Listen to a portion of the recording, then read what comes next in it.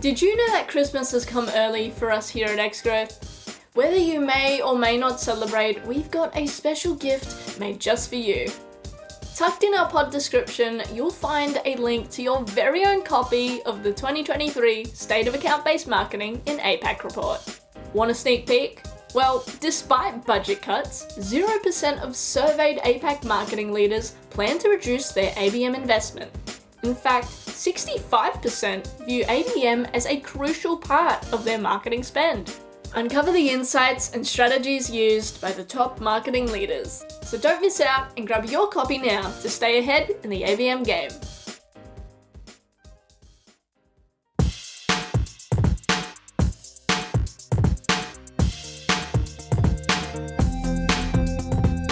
What's up, marketers, and welcome to another episode of the Growth Colony podcast.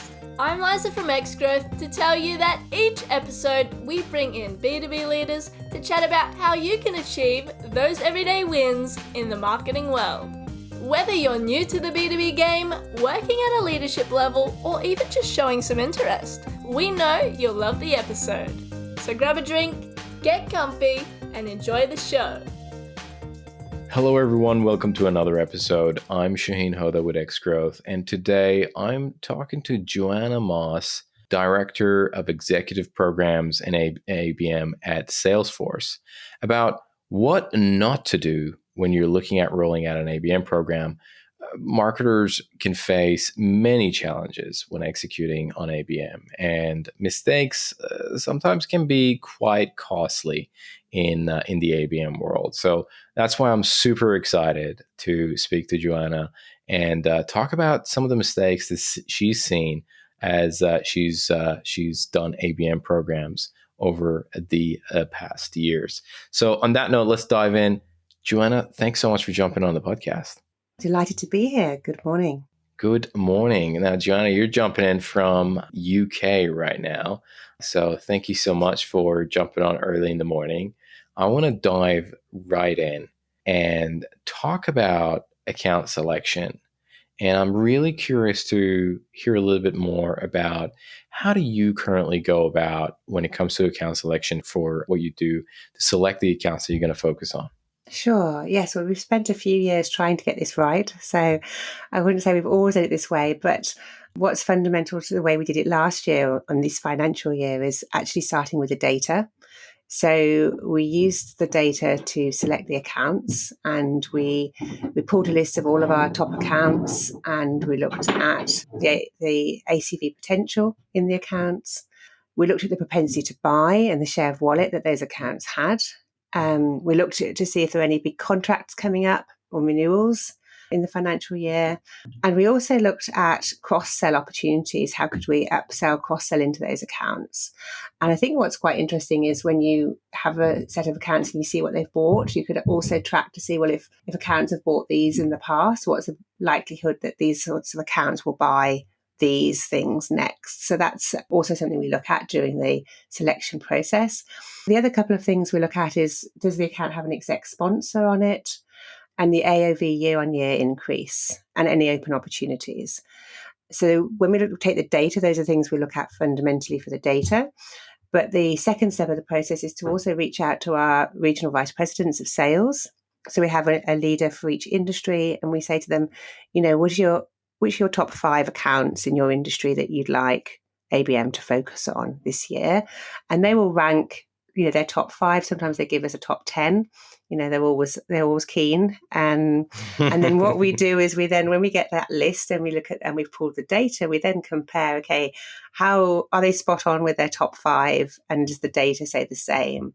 And this year it was quite interesting because the majority of them, their top 3 were sort of quite spot on. Within their top 5, they'd sort of the top 3 in the data they were pulling through. But there were some really random ones where the data was saying that's ranked 61 in the list, and they were sort of in the top 5. So they were sort of like big bets. They were saying, okay, well, could we look at support? And that was quite interesting. So then we sort of would then do the analysis and then take it to the head of sales to make the final decision on the last couple where the RVP was saying, well, actually, we'd like to push this one into the program this year and see if it can deliver. So we did a combination of data and sales this year, whereas in the past we had been mainly focused on sales and he who shouts loudest. And I think we've sort of, we've tried to steer away from that sort of process in the last couple of years.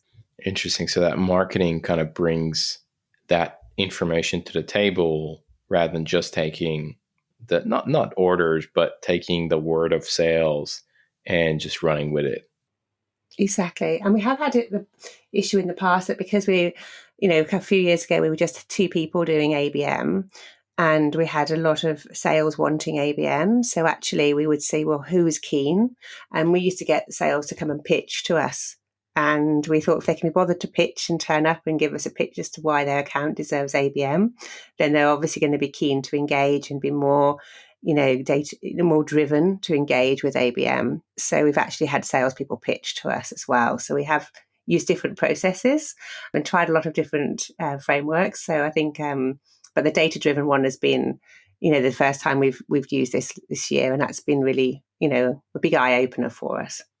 That sounds like the dream of every marketer, what you just described, for sales to come and pitch to marketing.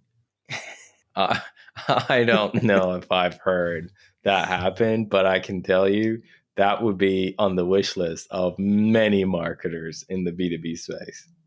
Well, I think if they come and pitch, then they're keen, right? And you get the best of results when marketing and sales are aligned. And if sales are coming up and pitching and saying, this is why I need it, this is why I want to work with you, this is what, why I want ABM, then you're much more likely to choose them than accounts that, some people don't even bother to fill the form in the past. So, because we'd send them, a short questionnaire of, 5 to 10 questions. And if they can't bother to fill it in, we think, well, what are they going to be like to work with? So, so that's also been, a component in the past as well. So we've tried a few different tactics. And I think, we've the data piece and working with sales is a great combination. Got it. Oh, you talked about kind of use certain criteria and metrics for your account selection. Do these have an impact on the different ABM programs? So one to few or one to one or one to many. How do you kind of distinguish between different ABM tiers or ABM programs? Yes, it does indeed. And so once we have that data, we look at then how do we align the accounts and the resources that we have and what sort of program do we put together? So this year, for example, we did a combination of one-to-one, we did one-to-few, and we did one-to-many. So we had 5 ABMers this year, which is the most we've ever had. And we looked at, from using the data, we said, right, with those 5 ABMers, we have got top 60 accounts.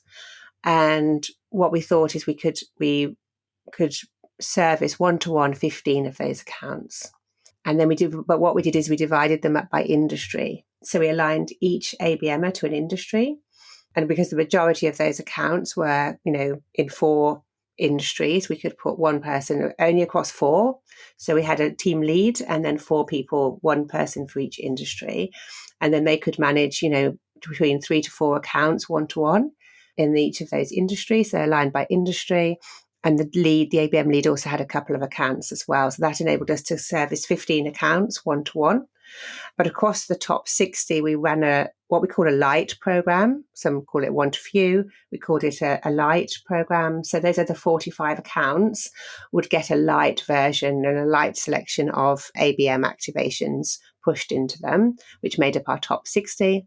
Within the team, we had 2 people doing digital, and we rolled out a one-to-many program into what we call sort of a new logo and growth area. So these are accounts with potential to grow and sort of new logos. And there was around 230 accounts in that list separately that we did more just digital, ABM digital into those accounts.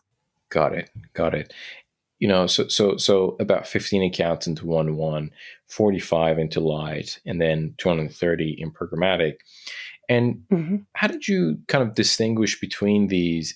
Was that just based on the kind of the criteria that you earlier mentioned? You talked about the average contract value, cross-sell opportunities, and so on and so forth. Was it just based on those, which number was stronger, and therefore those go into one-to-one? Yes, so the decisions were based on a couple of factors. So we look at the attractiveness of the account and the business strength, and we score. They sort of had a scoring model as well, and we also looked at the long-term potential of the account and the size of the TAM, and the short-term potential. So, are there certain accounts with large upcoming deals that we want to prioritise for 1 year, to be in a program for 1 year? And what does that look like? And we scored them appropriately. And are there some that we think actually there's a lot of potential in there, but it's going to be a 2-year cycle? So that might be a longer term scenario. So we scored them all when we did when we looked at the data.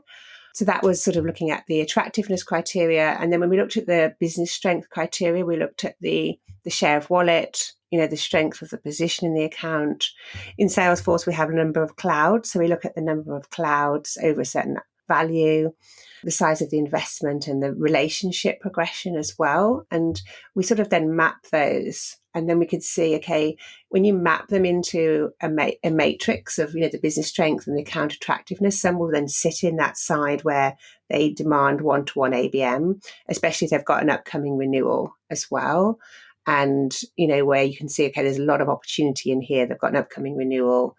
So those ones are then more suited to one-to-one ABM. Got it. Interesting.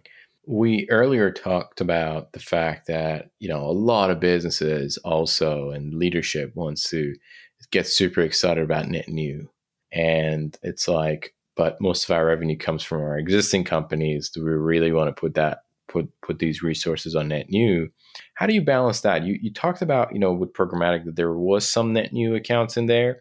But especially with the one-to-one and one-to-few, is that an area of like a no-no for you for net new, or net new might creep in even in those levels? Well, it was the first year this year that we've done that one-to-many, into new logo. And we had some engagement. We're going to actually go into the data and have a look at what did we actually achieve with it. And, did we bring value to the business for the investment that we made? And we're going to look at those results and evaluate, should we be doing that again next year? Obviously, we have a great demand gen team that go to market by industry in marketing, and that's their sort of bread and butter to do that piece. So how do we sit on that layer on top and, target a certain accounts that they don't target, and how do we look at the data to understand that? So I think we're sitting down to do some planning next week actually on this, to do that our yearly review to see is it beneficial to do that, because I think when you're going at an account lens into an account, it's really good to see how many people are engaging with what content, and to use some of the challenges that you have for the one-to-one accounts and the one-to-few accounts, and you can push that content into that sort of new logo area and see how it resonates. And sometimes as well with that data, what we've been seeing is if there's, a large number of people within one account really interested in certain topics, that's a really good signal for us to then pass over to sales and maybe move them in up in our program slightly. So we're just really trying to make sure we stay on top of that and identify, how does that work? Is that the right fit? Is that what we should be doing moving forward, or is that really more something that the DemGen team are more capable of managing than our team? So I think that's some evaluation that we're going to obviously be looking at in the next few weeks. Got it. I mean, that dovetails really nicely into my next question, which was exactly that of where do you see how do you see the collaboration between demand gen, ABM, and then executive engagement, those three functions? Where do they come together? What do you think are the differences, and where would you draw the line? It sounds like you're doing a little bit of work on that front. I wonder if you have some preliminary thoughts on these topics. Sure. Yes. And this year, as I mentioned, was the first year that we set up the team by industry. And the reason we did that is because our demand gen marketeers are aligned by industry. So we thought it would help us with the alignment. So my ABM for financial services, for example, would have a weekly call with the demand gen lead for financial services. They have a one-stop shop document where they have all their events and everything that's going on. So they have a weekly call with sales, and they would both join that weekly call with sales. So they're aligned by industry with the sales team. And those are weekly calls. We then have ABM, what we call demand gen calls every week, once a week, where the whole of the demand gen and the wider marketing team come together. And we look at what's top of mind, what's performing, what's not performing. And we have what's called a stand-up call, which is bi-weekly. And everyone gets a timer with 5 minutes. And we all have to say how each of the industries is performing. Is ABM delivering? Is exec programs delivering? And we do a 2-week review. So we look back 2 weeks and we look forward 2 weeks as what's coming up. And we look at, are there any gaps? And if so, where are the gaps? And how can we all help fill those gaps? So that's done every fortnight, that stand-up call with the 5 minutes timed to the 5 minutes with a gong. And that really helps us all get an insight into what's working, what's not working, to pivot and amend any of the programs and really come together with exec programs, ABM, demand gen team. So those are the two I think components that really help make us work: the alignment by industry with sales, and then the demand gen weekly calls and the stand-up calls. So we have quite a lot of calls together, but I think that really helps us align. Yeah, absolutely. Absolutely. Is executive engagement something that is pretty much under the ABM umbrella, or would you say that is a kind of separate function of its own? No, it's a separate function of its own, and it's a very big function actually within Salesforce. In the UK, we've brought the two teams together to sit in one team because we find that the ABMers who are, have a lot of insight and in-depth knowledge into their accounts, they know who the key decision makers are, who the buyers are and the purchasers, and then also the influencers up to those executives. So when the exec program team are rolling out events or they have a dinner, they will actually say to the ABM team, so who are the key people that should come to this? So rather than just saying, okay, it's a CIO breakfast or a CEO dinner, they will say, well, who should have a seat at the table? And often you'll find that within some of these really large organizations, it's not always the CEO that's that key decision maker for that big opportunity. It might be the CIDO or a chief digital officer. And those are the key people that you want to be having next to your CEO to have those conversations to really help close those deals. So that alignment with ABM and exec has been really key this year and has worked really, really well. So we have weekly calls, ABM and exec team together because we sit, as one team, and that really helps us align across the programs and really drive the exec programs into the ABM accounts, but all of the light accounts, those top 60 accounts, get special treatment and priority invites for our executive program. Very interesting. Very interesting. Okay. You have these multiple programs that are going, and obviously it sounds like predominantly one-to-one is for account expansion, and one-to-few also predominantly for account expansion. There might be some net new that creep in there. How often would you change your accounts? And is that, and I think my second question to that is that different based on different tiers of ABM? Sure. So we review the accounts every year. We have done in the past where we've, moved them out quarterly or every 6 months, but it didn't work. It was too often, it just got started when it was almost finishing. So you couldn't really deliver, I think, in a quarter or in 6 months what you need to. So we find at least a year is the optimal. Some of the accounts will stay in for another year. So depending on where they are. So we've had some accounts in for 2 years in order to help close a big renewal, and make sure that the accounts are using our products and technology in the right way and they're adopting them. So I would say, so 1 year we review every 1 year, and some of them will fall into that, like the one-to-few. They might be in for several years at the one-to-few level, and then they might move into become a one-to-one. And some might move from a one-to-one and then say, well, actually, they can move down to become a one-to-few because we just need to do these tactics into them, still look after them as a one-to-few level, but we need to focus our efforts on these. So we might move some accounts between one-to-one and one-to-few, but every year we will review them. Are there situations that an account has gone from, one-to-one, there's a big renewal coming up, and there's a lot of focus on that account, and then it gets renewed, and then it drops off the radar, and then the customer is like, hey, I was getting all this love. What happened here? Has that ever happened? Yes, we have heard that happen. And of course, it's also how do you offboard an account as well? If they've had one-to-one, they move down to one-to-few. But also we work really closely with our customer success team. And that's been really key for us because customer success are really the people that should be driving adoption. So once they've signed, how do they adopt to use the technology that they've purchased? And keep the interest there, keep the, making sure that the customer satisfaction is there. So the customer success team are quite pivotal to that. So we work really closely with customer success.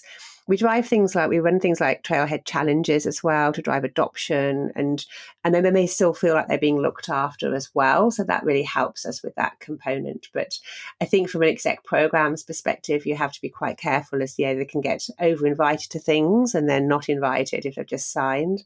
But sometimes you also have to look at, they've just signed, but then it might be coming up for another signature a year later. So you do have to keep those lights on and keep them, invited to things as well. So I think it's finding that right balance. But yes, I'm sure some do feel more loved than others. Okay, got it. Let's, swapping accounts, that's great. But I think the other thing that I want to touch on is measuring success. Mm-hmm. And I'm really curious of how do you go about measuring the success of your one-to-one programs, one-to-few programs, and what were some of the things that maybe you were doing in the past that you're like, we gotta like switch this up. This is not working. Yeah, 100%. So we love a dashboard at Salesforce, as you can imagine. So everything's pulled in our ABM dashboard. We measure, as most ABMers would, using the 3 R's. So reputation, relationships, and revenue.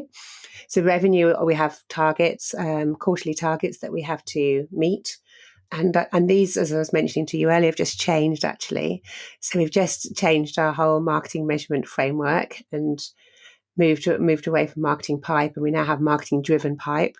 So we're all just coming to grips with what that means. But the revenue is key for us, and we have targets for that. What has changed is the relationship piece. So we would always look at the account engagement, intent monitoring, for example, engaging with key stakeholders and identifying the right stakeholders, but engaging with those. But I think in the new marketing world, it's more about, in the executive engagement world, for example, is getting to net new stakeholders. So we'd always identify and engage existing, customers and key decision makers, but also getting to how do you get to net new decision makers and stakeholders within those accounts, within the same account. So that's a new measure. I mean, we had that in as a measure anyway, but it's one that's becoming more of a focus. And we'll see more of that in our new marketing metrics world, I think. So the relationship piece is key. And then, of course, reputation as well. So apart from customer satisfaction, also how are you delivering to the account team as well, into sales. But in some of the one-to-few and one-to-many metrics world, we look at the engagement score, marketing qualified leads as well, and the number of target accounts, attending our key events. We have key strategic events and third-party events where we'd engage these accounts. So that's something we also measure. Joanna, how do you tackle the argument of, well, that was really sales, and that's the relationship that sales has, and they kind of invited that? Is the way that you tackle that, is that with the new relationship component, or are there different ways? Because again, I would imagine marketing still has an impact on inviting the people that we have an existing relationship with. So very curious of like, how do you tackle that argument? Yes, no, you hit the nail on the head there. So we've got, in our new marketing measurement, marketing driven pipe is made up of 2 components. So we have what's called marketing source pipe, which is what marketing is directly responsible for. So net new leads, for example. And then we have the second component is marketing influence pipe. So this is like a multi-touch attribution. And this model looks at the number of sales touch points that the account has had, and also the number of marketing touch points they've had. and how much of each opportunity should be credited to marketing and how much should be credited to sales. Because if you think about it, sales is having a lot of meetings across that opportunity all the time, but marketing will be, making also a huge impact with their events that they're attending, with exec dinners, and with other activations that we're pushing into the account.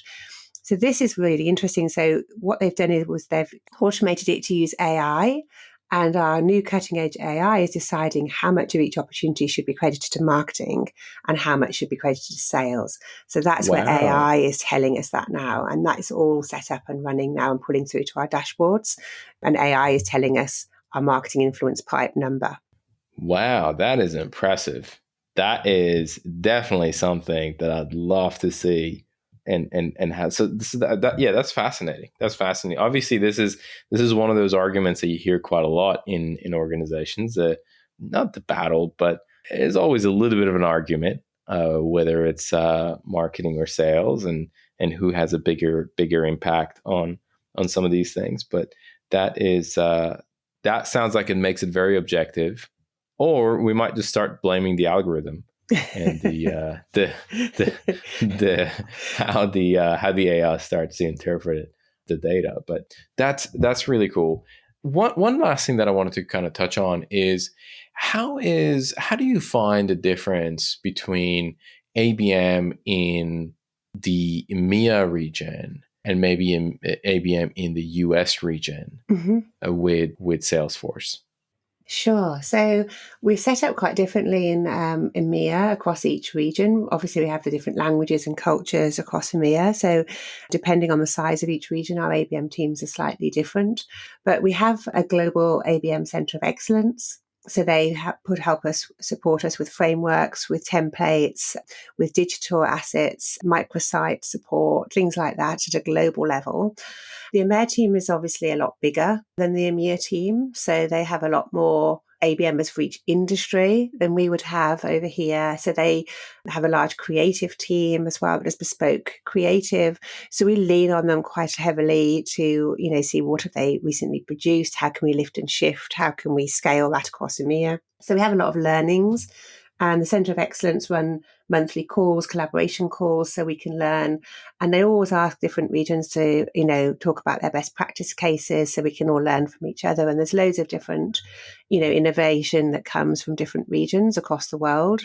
So we have ABM in APAC as well. So we really try and lean on each other as much as possible. But I would say that obviously the resources and the size of the ABM team in EMEA is a lot bigger. Got it. Joanna, this has been amazing. I do have some rapid fire questions that I want to ask. Before going to those, is there anything else that you think I should have touched on, maybe I haven't asked, that you think it's important for us to cover? The only other one thing I would say is that in order for sales and marketing to work and collaborate together, I think you have to have joint goals. And that's one thing we have put in place is when we have our targets, and not just an ABM target, we have a target for ABM, a target for exec, a target for demand gen, a target for digital. All these targets across the team, brand targets, content, etc. They make up, and we have that percent that we say we're going to deliver this amount of marketing pipe to sales, or marketing driven pipe now, MDP, and the new marketing framework to sales. And so sales, are aligned to that number. And I think if you're working on one number and have one and a joint KPIs and joint goals, I think that really helps that marketing and sales alignment, because I think that's really key. It doesn't matter if you work in the DemGen team, the exec team, or the ABM team, you've still got to have that sales alignment. So I think those weekly calls with sales and we have a one-stop shop document with everything in it for sales to go to. It's a single source of truth with everything in it that marketing is running. That really helps that marketing and sales alignment. And I think that's where a lot of people still struggle when I'm talking to people across the industry.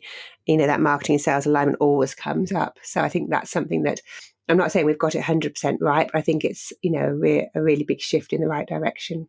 I reckon if you have salespeople pitching you, Joanna, you're way ahead than the pack. But it is definitely a challenge that is prevalent across the board, where marketing feels they're not getting buy-in. So thanks for sharing that, and kind of thinking for audience to think about that shared KPI amongst the two teams. That's great.